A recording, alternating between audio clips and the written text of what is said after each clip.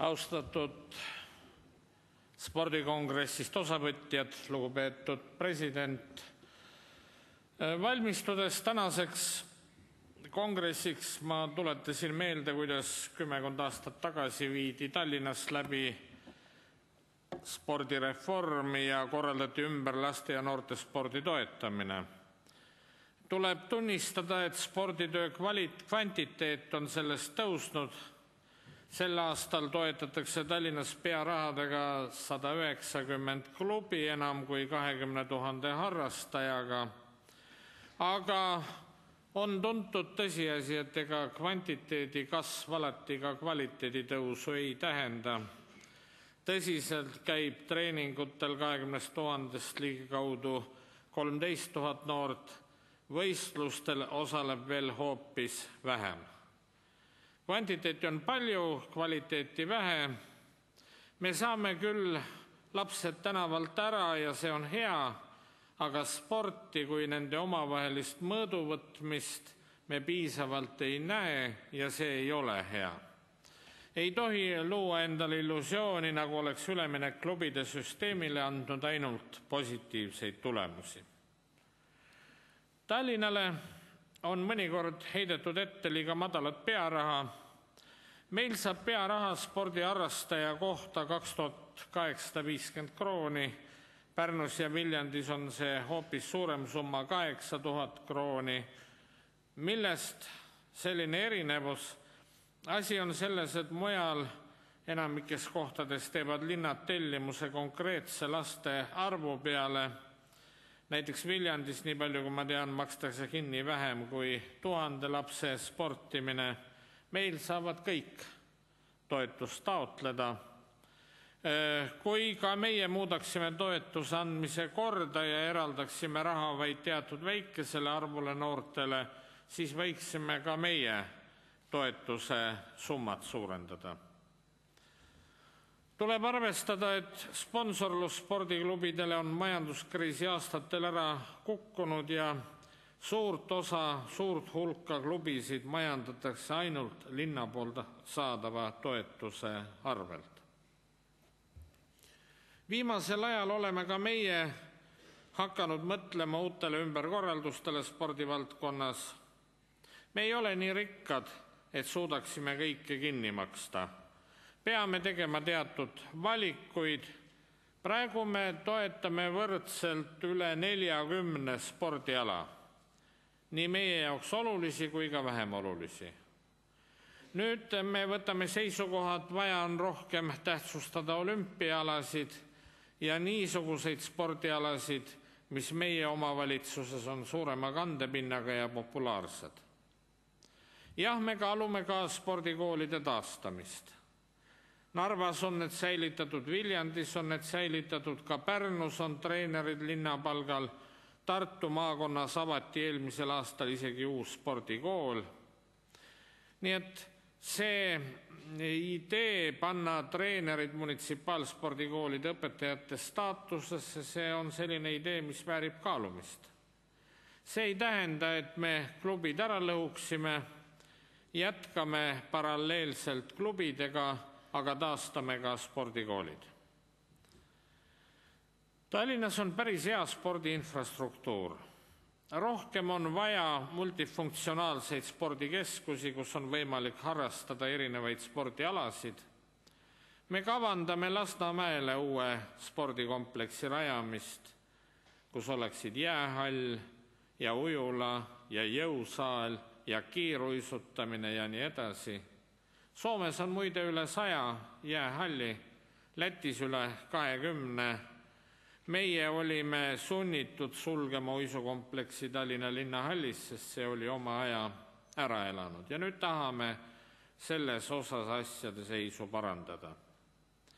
Kui keegi küsib, kas ma seda räägin Tallinna linnapeana või Eesti Uisuliidu presidendina, siis ma vastaksin, et pean silmas mõlemat. Meil ei ole vaja karta jääväljakute vähest täituvust. Nende koormus on nii suur, et Tallinnas isegi ei ole võimalik autod jäähalli ette parkida. Vajalik on renoveerida olemasolevaid ja ehitada uusi spordiobjekte.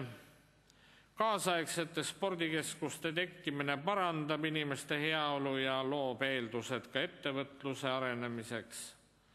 Järjest rohkem võõrustab Tallinna linn suuri rahvusvahelisi spordivõistlusi. See arendab nii sise- kui ka välisturismi. Juba järgmisel aastal toimuvad Kadrioru staadionil Euroopa juunioride meistrivõistlused kergejõustikus ning 2012 võõrustatakse kuni 19-aastaste noormeeste Euroopa meistrivõistlusi jalgpallis. Suurürituste korraldamisega kaasneb kohustus, et spordikeskused vastaksid nõuetele ja see omakorda tingib vajaduse investeerida sporti. Muidugi me ootame riigilt kaasalöömist, et sellised ajaloolised sportimispaigad nagu Kadrioru staadion ja Kalevi spordihall saaksid renoveeritud. Austatud spordikongress, raskel majanduskriisi ajal me võtsime vastu otsuse osta enam kui 5 miljoni krooni eest linnale Kalevi spordihall, mis paratamatult nõuab eelseisvatel aastatel ka suuri kulutusi remondile. Sellel hoonel on aga sümboli väärtus, millest me ka lähtusime. Kui tekkis oht, et selles majas tulevikus spordile enam ruumi ei jätku, siis pidimegi kiiresti otsustama. Seda enam, et olime toetanud ka spordikuulsuste allee rajamist samasse kompleksi ning Kristjan Palusalu mälestussammast olin ka mina avamas. Kogu see ala on üks suur spordikampus. Tallinna kergejõustikuhall ja Kalevi spordihall juba kuuluvad linnale. Nüüd on küsimus selles, mis saab Kalevi staadionist, kus muuhulgas on seni peetud ka üleriigilisi tantsupidusid. Tahaksin lisaks Tallinna jutule öelda ka seda, et ega ma sellisesse väga suur detsentraliseerimisse spordis ei usu. Kuulates presidenti, mulle tuli meelde, kuidas ma aasta tagasi käisin jalgpallivõistlusel väikesest riigikülas Lääne-Virumaal. Seda jalgpalliväljakut seal oli just käinud avamas olümpiakomitee president ja kogu külarahvas, kõik külaelanikud rääkisid mulle uhkusega, kuidas see nende külas toimus ja millise jäädava mälestuse see on rahvale jätnud. Siis tuli mulle meelde, kuidas ma sel aastal käisin samas Lääne-Virumaal Vinni kõrgklassi spordiväljaku avamisel. See on niisugune väljak, kuhu ma kõigil spordihuvilistel soovitan minna. See on niisugune väljak, mille üle võiks siin Tallinnaski kade olla. Nii et ma usun, et vallad saavad hakkama küll, kui neid riik toetab ja Kultuuriministeerium rahastab ja kui seal kohapeal jätkub spordientusiaste. Ma olen selles asjas pigem optimist. Nüüd veel Tallinnasse tagasi tulles. Tallinna linn käivitas juba 2005 suvel suure programmi Tallinn liigub. See on seni suurim otsesel linna algatusel toimub niisugune ettevõtmine ja see sari on muutunud väga populaarseks. Sel aastal toimus Tallinn liigub raames ka läbi aegade suurim rahvaspordiüritus kogu Baltikumis, kus kaasati Tallinna sügisjooksu ja SEB Tallinna maratoni rajal enam kui 12 000 harrastajat. Tallinn liigub programmi tuleb jätkata ja eks selle kaudu on võimalik mõjutada ka inimeste tervisekäitumist. Juba praegu pakutakse Tallinn liigub etappidel tervisenõustamist ja võimalust testida erinevaid spordivahendeid ja nii edasi. Mul on hea meel öelda, et selle aasta aprillist on kasutusel Tallinna spordiportaal.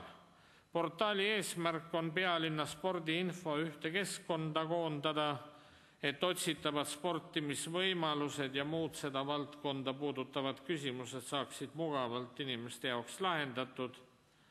Plaanis on seda keskkonda edasi arendada ja liidestada portaal pearaha arvestamise infosüsteemiga, nii et tulemus oleks siis selline andmebaas, kus näeks, millised spordiklubid, kus ja mis kell siis treenivad. Linna elanikul oleks väga lihtne välja uurida, kus tema kodukandis treeningud toimuvad. Austatud sportlased ja sporditegelased, täna hommikul ma esinesin Toompeal Riigikogus, kus riiklikult tähtsa küsimusena arutati maaelu probleeme ja arenguid.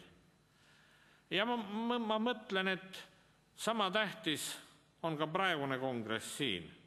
Kui me suudame sporti toetada, siis on see tähtis igal pool, nii linnades kui ka külades, nii linnas kui maal. Tallinna tervisekoalitsioonil on väga selge üleskutse: terve elu terve. Seda on võimalik saavutada ainult läbi spordi ja spordi kaudu ning sporti toetades. Jõudu selleks spordikongressil, aitäh!